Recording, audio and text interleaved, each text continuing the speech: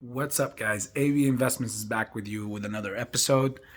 I did promise that I was going to come back and make a video tonight explaining. A lot of people are asking this question and saying, why are the insiders, like the board members on companies, especially in AMC in this case, why are they selling while they could just hold the shares and sell them for much more throughout the squeeze? Okay.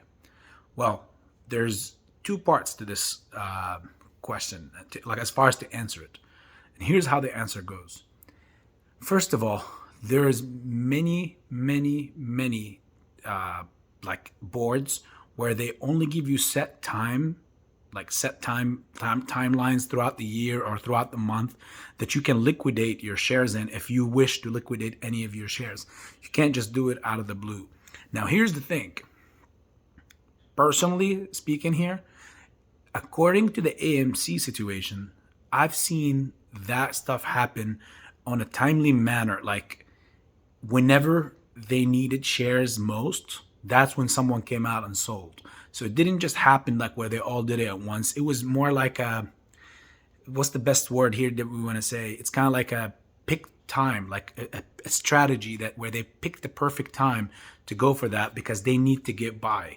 And when you see that stuff happened back in June as well, because it was supposed to continue squeezing, but the only way that they were able to bring this down was they were like, okay, we need some real shares from the inside that we could utilize to dump on the market. And they're not necessarily selling them, like going, taking them and shorting. They're just dumping them on the market, which equivalently puts enough selling pressure on the stock, which causes it to go down by default, you know? So this is what was happening with AMC today, and this is what happens with AMC is that most likely, and again, guys, I'm not a financial advisor, but I can give you my wild guess here, is that, and this happens a lot in the real world, it's just no one can put their finger on it and prove it. These guys reach out to each other. You know, the disclosed price was like a 2.1 or 2.2 million that they sold it for.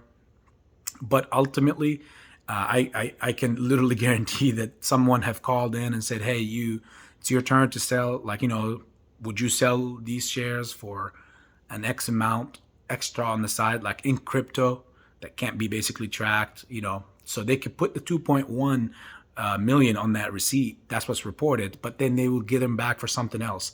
Who knows? You guys remember that scandal a few years ago when, you know, all the celebrities got caught, you know, taken, I forgot what was it called, but they were registering their kids in like Ivy League schools without even qualifying for it. But they were just getting in no matter what because they were bribing people on the inside and they were overlooking their application and their grades and whatnot and everything else. And then they were still getting them in.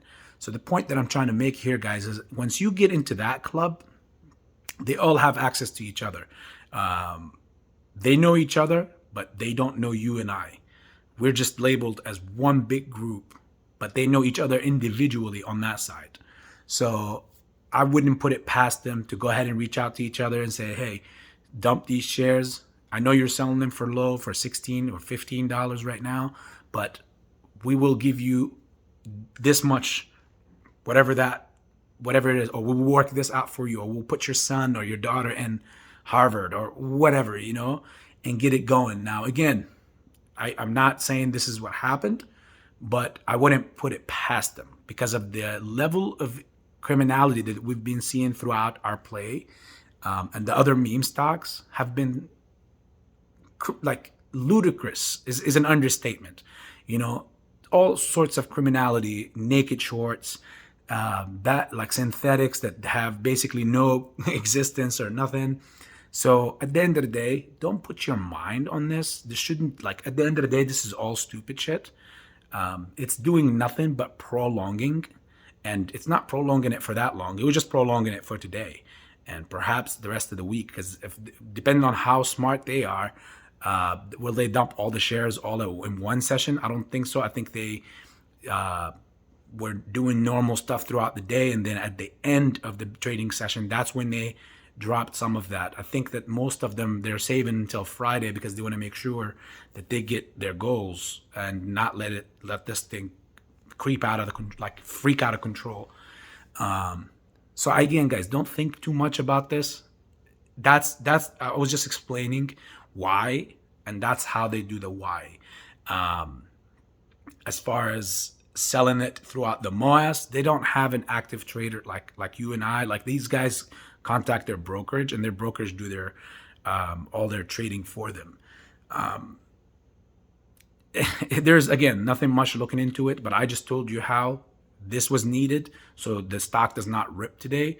So they took what they needed. They probably paid them off. I mean, again, they're not buying each single person in the thousands. They could easily reach out to any of these board members and say, hey, for all your shares, I'll give you $2,000 or $5,000 a share. You don't know that. I don't know that. The reported price is not also what's not reported behind the scenes. And I could literally I guarantee myself that that's what's happening. Am I accusing anyone? No, but I wouldn't put it past them. Again, this is them that we're talking about. Whether it affects us, no, it's just prolonging it a day or two. At the end of the day, they still have to make reports, and they can report this because this looks legit, like real shares. But the rest, what are they going to report? Oh, we got billions of shares we thought existed. Like, how do you think when the whole float is 513 million? Again, don't think too much about this, guys. This is all nothing but news that is coming out for the ones that are just following institutional advice. But the retail movement, our movement, the ape movement, we know what's up by now. So this should not be any surprise to any of you guys. Much love to all of you guys. I'm looking forward for another day tomorrow, a kick-ass day tomorrow. So let's see what comes our way. I hope that crypto continue its fall. I hope that the big cap stocks can continue their fall, which further validates that our time is now.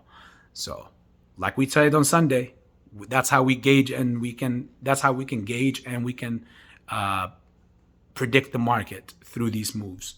Much love, AB Investments. Oh, and like and subscribe to the channel. Like the videos so we can push it out to more and more people.